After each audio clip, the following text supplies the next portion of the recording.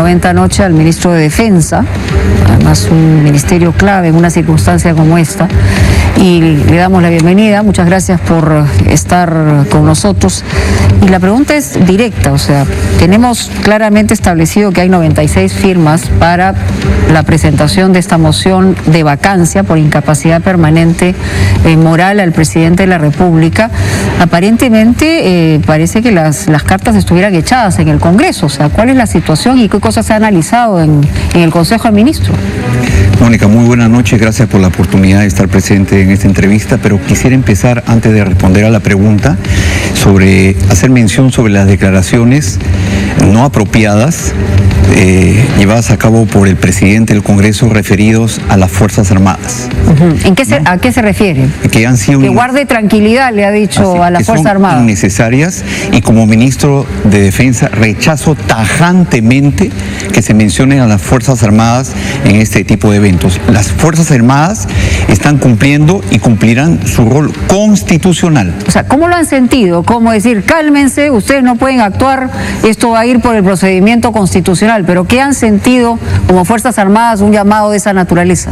Mire, como ministro de Defensa vuelvo a repetir de que esas declaraciones han sido totalmente fuera de lugar e innecesarias, porque las Fuerzas Armadas siguen trabajando en la lucha contra la pandemia. El día de hoy he estado conjuntamente con el jefe del Comando Conjunto en la zona de Madre de Dios, llevando a cabo asistencias en el marco de la mega operación Taita.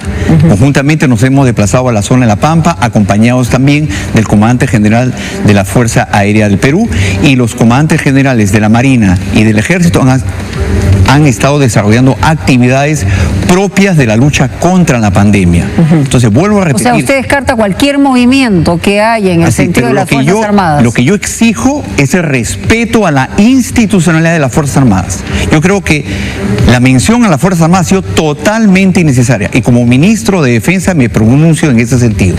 Entonces, de que las cosas deben de seguir funcionando en el marco de la Constitución, del desempeño de nuestras Fuerzas Armadas en el orden constitucional. Por eso creo y repito de que la mención de las Fuerzas Armadas en este escenario que se viene presentando han sido totalmente innecesarias y fuera de lugar. Ahora, el jefe supremo de las Fuerzas Armadas es el presidente de la República.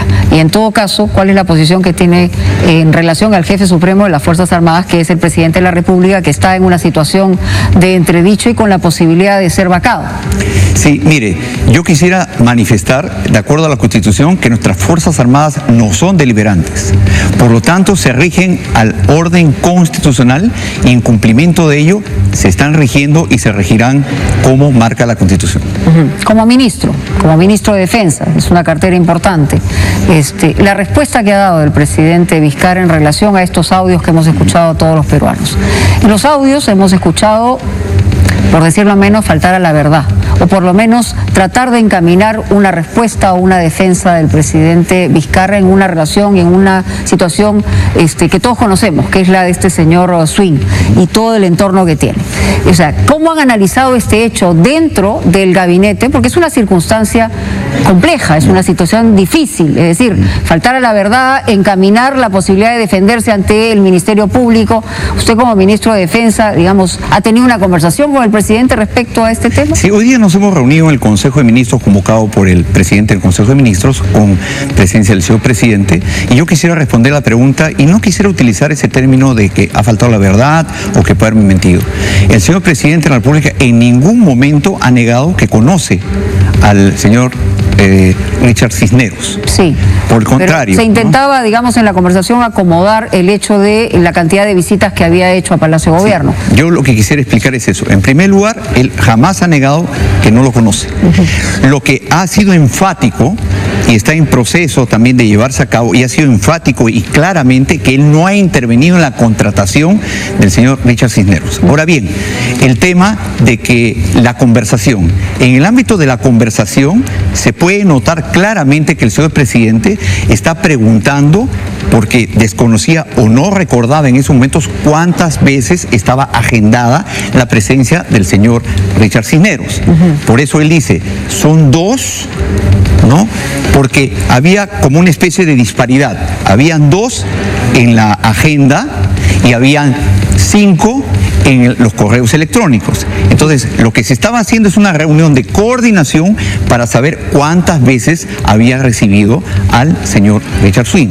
La ministra Zazieta ha señalado, y el mismo presidente ha señalado, que se conocían de estos audios desde el 29 de julio, que un periodista de la prensa extranjera le había comunicado al presidente.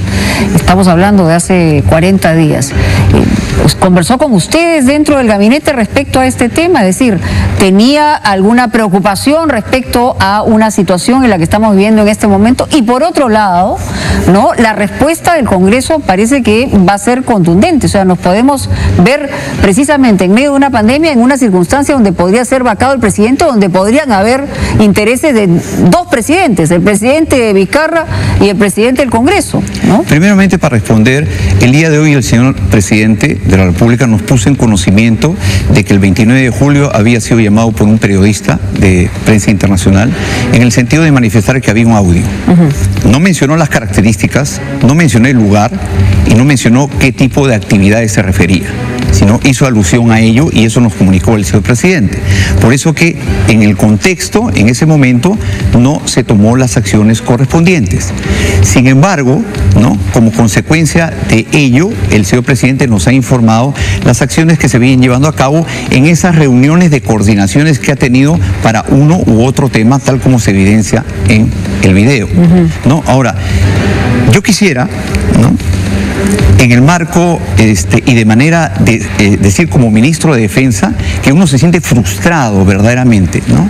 Hay tanto sacrificio que llevan a cabo los hombres de uniforme, ¿no?, los profesionales de la salud, ciudadanos que han perdido la vida. Y en este escenario crítico para nuestra nación, viene este escenario político. El presidente del Congreso ha dicho de que eso ha sido provocado por el Ejecutivo. Con el debido respeto, yo discrepo eso. ¿No? Porque, ¿qué piensa usted? Porque no ¿provocado por quién? Mónica, no hay coincidencias. Yo he aprendido a lo largo de mi carrera en política, no hay coincidencias. ¿Usted cree que el Congreso estaba preparando todo esto para el momento que estamos viviendo? No es coincidencia que el día de ayer el señor presidente de la República ha manifestado que el Congreso se pronuncie sobre la reforma política y la reforma electoral que termine este mes. Y que se tiene que tomar acciones para garantizar el proceso electoral. O sea, para usted esta es una respuesta. Exactamente. ¿No? ¿Lo tenían preparado, lo tenían guardado, tenían ya los audios? Había una componenda entre y dentro algunos... de esa reforma política era la continuidad o la permanencia de personas que han sido sentenciadas, ¿correcto? Y que no pueden participar en el proceso electoral. Sin embargo, eso fue dejado de lado, ¿no? Intervino el presidente de la Comisión de Fiscalización, ¿no? El señor Alarcón. Así, al que se le dio la palabra y puso en evidencia eso. Yo lo que evidencio es que se debe de dejar... O sea, vacar a un presidente por no aprobar un proyecto de ley, o sea, me parece... No tanto eso, sino que yo estoy respondiendo de que no hay coincidencias. Cuando me preguntes si hay una intencionalidad, afirmo que sí. Porque no podemos nosotros, en este escenario que viene afectando a nuestra nación, vacar un presidente. Mire, estamos inmersos en la vacancia de nuestra ministra de Economía, que es el que lleva el timón de toda la parte económica y todo el sostenimiento. Y aún sigue ese proceso. Y ahora, en este escenario de crisis, vacar un presidente es no tener un ápice de sensatez. Entonces, por Dios santo, nosotros lo que tenemos que hacer es trabajar de manera articulada y coordinada y llevar a cabo el horizonte de proteger a nuestra población. Pedimos, ¿no?, dejar de lado los intereses personales, porque si estamos dirigiéndonos hacia nuestros intereses personales, estamos perdiendo vidas humanas. Todo el gabinete respalda al presidente. Se dijo en la tarde que había habido intentos de renuncia. El respaldo del gabinete a través del señor presidente del Consejo de Ministros ha sido unánime, Mónica. El día de hoy a las 5 de la tarde. ¿Ningún amago de renuncia? ¿Ninguna reacción contraria? Ninguno. Ahora, imagino que el presidente debe estar muy frustrado porque es gente de su propio entorno y de su confianza más cercana la que estaría jugando, digamos, en pared con algunos congresistas, ¿no? El señor presidente, como lo ha manifestado él, es el personal o la gente que trabaja en su despacho, él tomará las acciones correspondientes para... Ahora, la grabación se ha hecho ahí, ¿no? Sí. Y además eso también atenta contra la seguridad del propio presidente. Claro, por eso... Dentro del Palacio de Gobierno, su propia gente. Sí, por eso yo decía de que estamos perdiendo el sentido de esta grabación de a todos sentidos de manera ilegal y ha sido hecha dentro del Palacio de Gobierno. Es por eso que se están tomando las acciones para llevar a cabo las investigaciones correspondientes. Mañana a las 10 de la mañana se va a ver esta moción. Si se admite, probablemente sea por la cantidad de firmas que tienen, pero esto puede generarle al país una situación de muchísima inestabilidad. Y la verdad, eso nos preocupa a todos los peruanos. De verdad, esperemos que de todos lados, del presidente también, aparentemente la ciudadanía también esperaba una especie de disculpa, porque la circunstancia que se ha visto expuesta también lo expone y lo debilita al jefe de Estado en una circunstancia tan doméstica y una circunstancia que nunca debió ocurrir.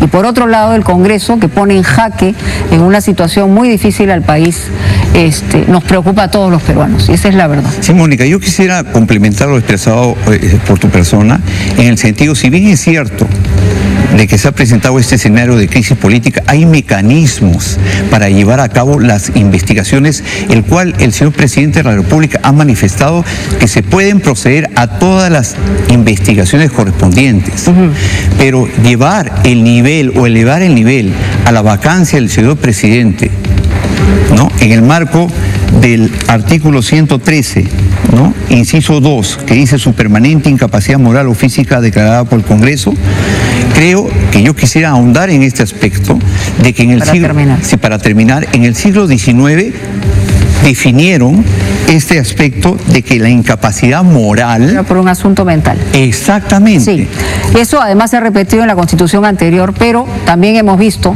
que se ha vacado al presidente Fujimori con algunas atingencias que tiene que ver que él había salido del país y en el caso de Pedro Pablo Kuczynski renunció y no llegó a la vacancia. Pero en esta circunstancia y con este Congreso podríamos estar frente a una situación complejísima y aquí también esperamos que el presidente sea lo suficientemente transparente para responder a una situación de este tipo. Creo que el señor presidente ha manifestado que él está dispuesto a que se lleven a cabo todas las investigaciones correspondientes. Así es. En el marco de las competencias correspondientes y la está llevando a cabo el Ministerio Público. Pero vuelvo a repetir, elevar el nivel a una vacancia en este escenario de riesgo pone en peligro la vida de todo ciudadano peruano. Más aún, Mónica, que estamos con una tendencia por el desarrollo de acciones que se vienen llevando a cabo a disminuir el grado de mortalidad y el grado de contagio. Este es el momento de estar unidos y de llevar a cabo todas las acciones en provecho de nuestra ciudadanía. Queremos que así sea. Muchas gracias, ministro, por estar con nosotros aquí.